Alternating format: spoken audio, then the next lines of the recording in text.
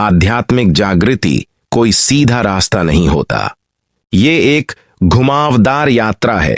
जैसे पेड़ की जड़ें जमीन के अंदर फैलती हैं, वैसी हर किसी की ये यात्रा अलग होती है।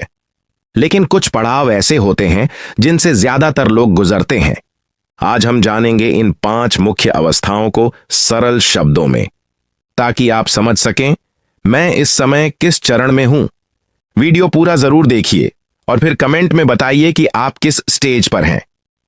पहली अवस्था है अचेतन अवस्था, अनकॉन्शियस स्टेट। इस स्टेज में हम अपने विचारों और भावनाओं के गुलाम होते हैं।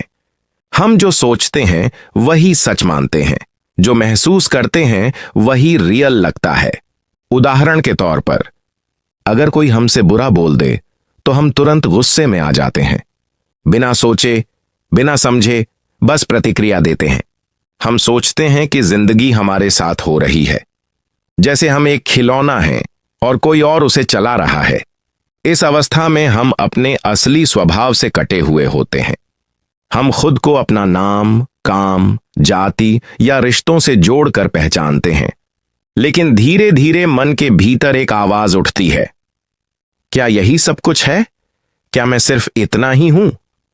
यही सवाल हमारे भीतर जागृति की शुरुआत करता है।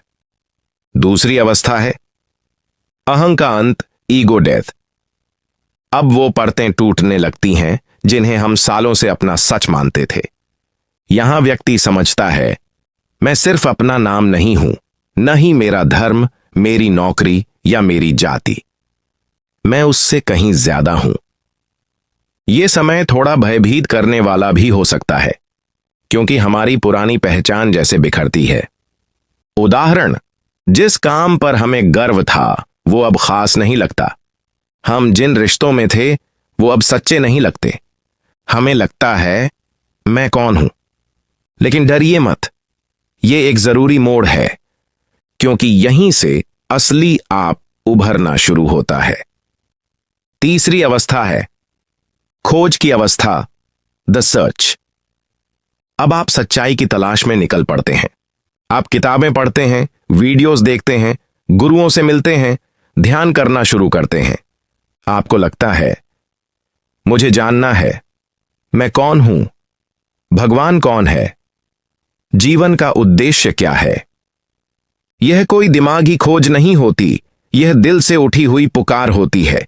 उदाहरण के लिए, आप किसी मंदिर में जाते हैं और अचानक वहां बैठकर रो पड़ते हैं, बिना किसी वजह के। आपके भीतर कुछ पिघल रहा होता है। आपको ऐसे जवाब मिलने लगते हैं जिन्हें आप शब्दों में नहीं समझा सकते, पर महसूस जरूर कर सकते हैं।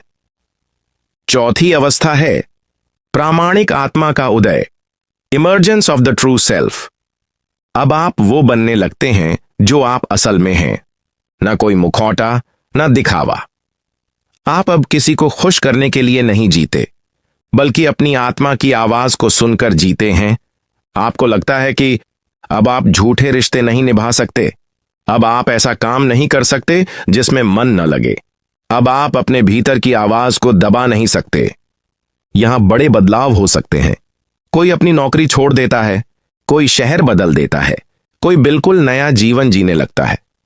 इस स्टेज में भीतर और बाहर दोनों जगह सफाई होती है।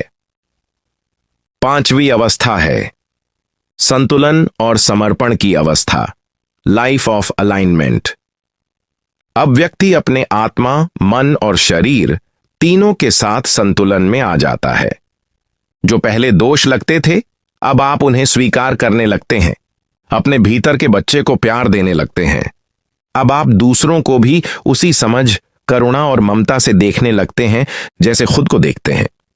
आप समझते हैं कि हर इंसान अपनी समझ और चेतना के अनुसार जी रहा है। आप पेड़ों, पक्षियों, जानवरों, धरती सबसे जुड़ाव महसूस करने लगते हैं। यह जुड़ाव अब सिर्फ सोच नहीं, एक जीता जागता अनुभव बन जाता है। अंतिम संदेश, आध्यात्मिक जागृति का यह सफर कभी आसान नहीं होता, लेकिन यह सबसे खूबसूरत और सच्चा सफर होता है। हर दर्द, हर मोड़, हर आंसू आपको आपकी आत्मा के पास ले जा रहा है, अगर यह वीडियो आपके दिल को छू गया हो तो इसे शेयर कीजिए और कमेंट में बताइए आप इस समय किस स्टेज पर हैं।